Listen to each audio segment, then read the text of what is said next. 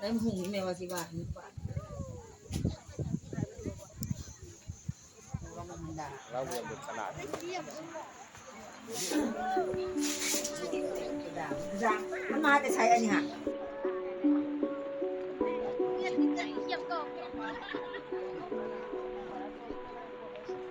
ป้ามันแพงทางนี้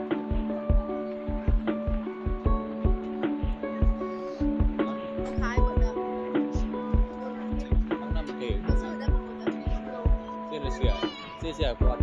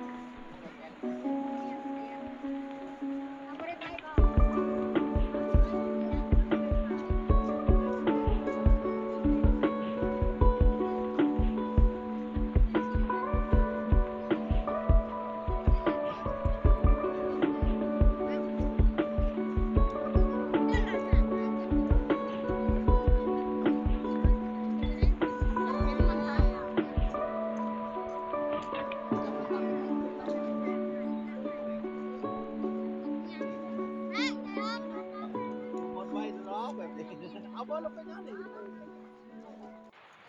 เราบอลลุด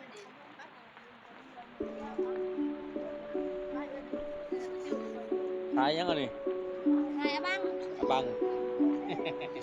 บังไปบ้านไม้เด้อบังเด้เมื่อถึงเป็นไทยเป็นยังเป็นไทยกันกินบ่ได้บ่พี่ไก่ลาดวันนังนะพี่ไก่ลาดอ่ะปิ้งอะไรเนี่ย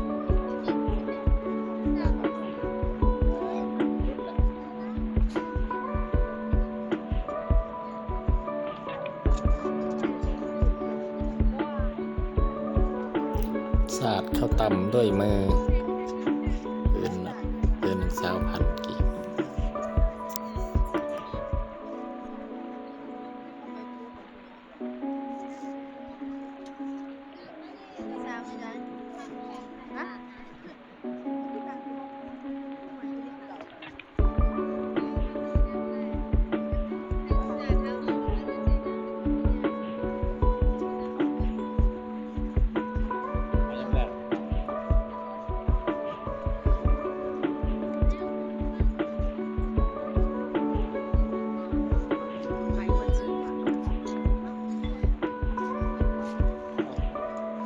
กินอะไรจ้ะกินอะไรจ้ะโลเท่าไหร่โล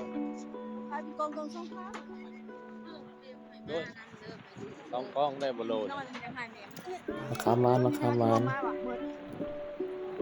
บ่แม่ละมักแล้วมะขามหวาน โลได้นี่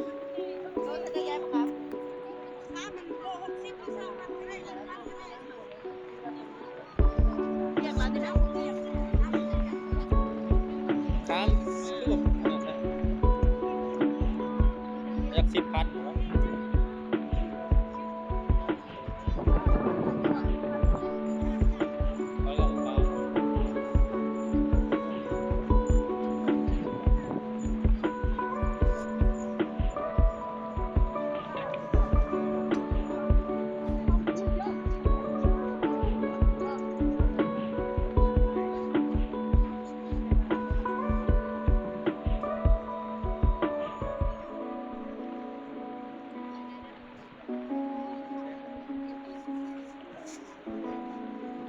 บ่อนนี้คล้ายกับปุ่นบีบเองนะโล9,000ไปปุ่นบีบบ่อันนั้นแม่ใส่เกลือเอาโลเท่าไหร่ขาย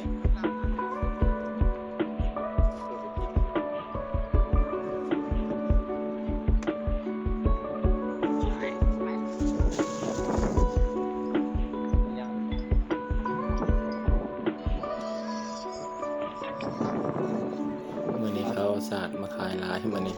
ศาสตร์ตับเจ้าศาสตร์ปีพื้นอะไรอยู่เนี่ย เล่นบวช สาวพันธุ์กันบ่ พี่เจ้าถึงกินบ่อยมาได้ครับคุณ อ๋อยำน้ำให้กินเย็น อ้าว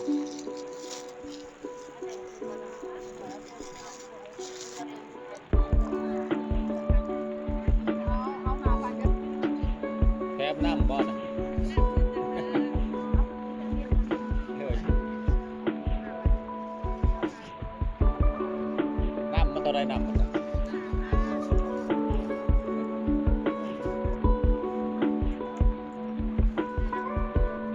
เอา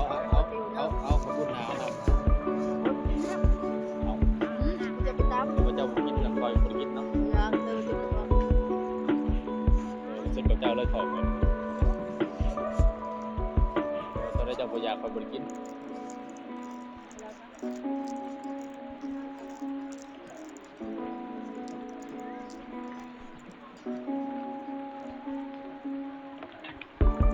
มื้อนี้อากาศมันจะหนาวแน่มื้อนี้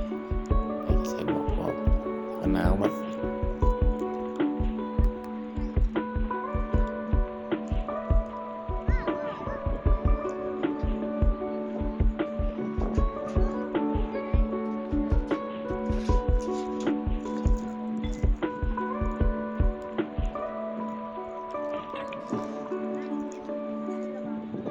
มือเหยื่อนะ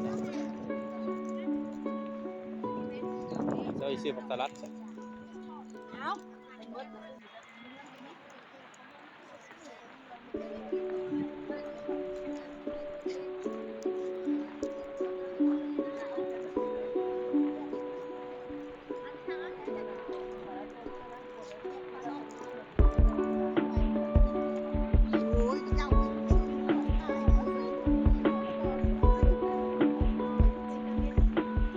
ตุนเป็นกระตุนนะเอาเอง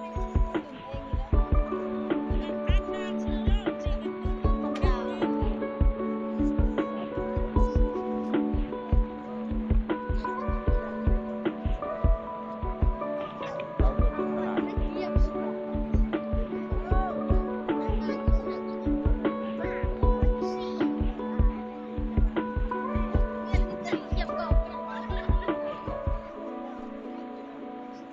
ป้ามันแพงทางนี้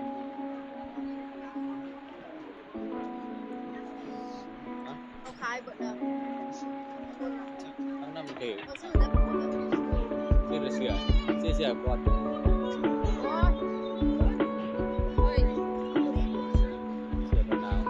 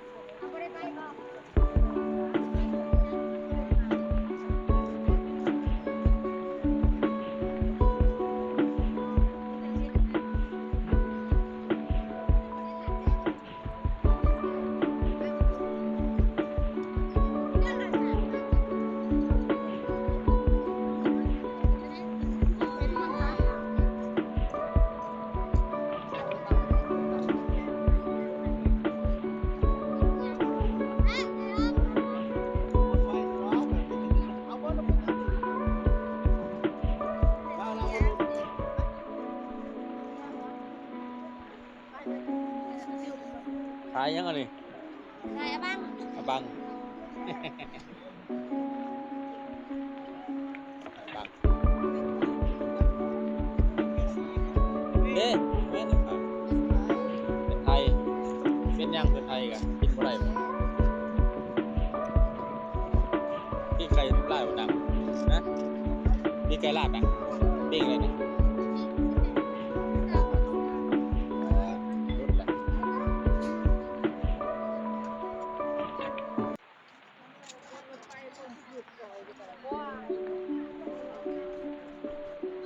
เ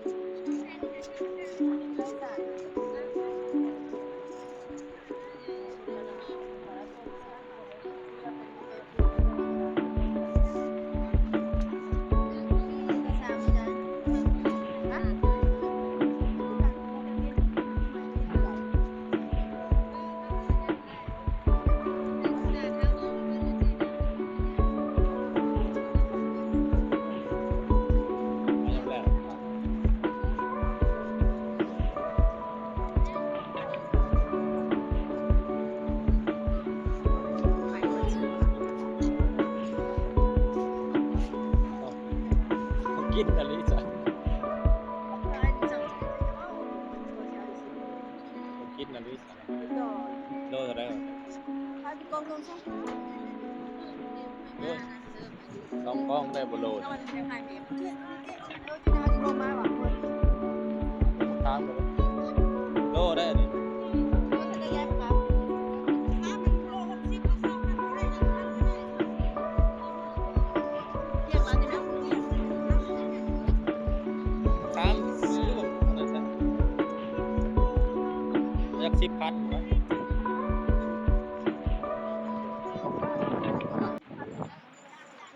เขาก็บอกว่า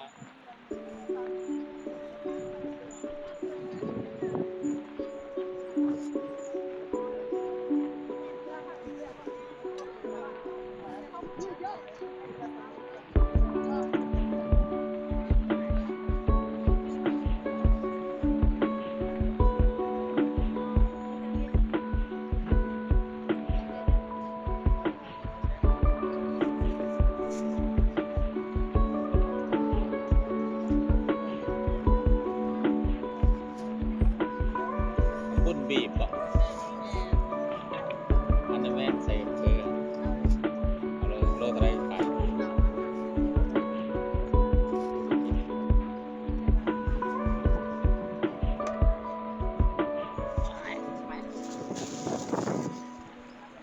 อย่าง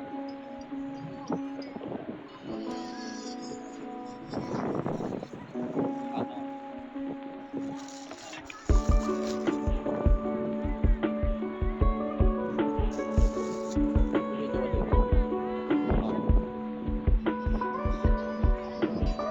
กินบ่อยมาก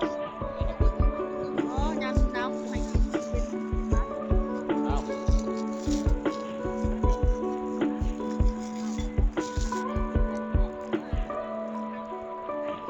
เอา5,000เด้อ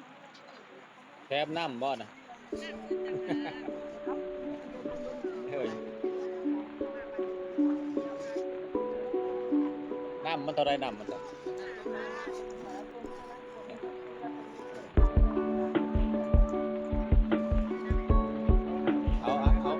เอาสมุนน้ำน้ำ โอ้ยบ่กินเนี่ย เอา จะไปตาม เดี๋ยวมาเจ้าบุกินแล้วคอยบุกินเนาะ อยากเจอติดกระป๋อง สุดกับเจ้าเลยของมันตัวได้เจ้าบุญยากกับบุกิน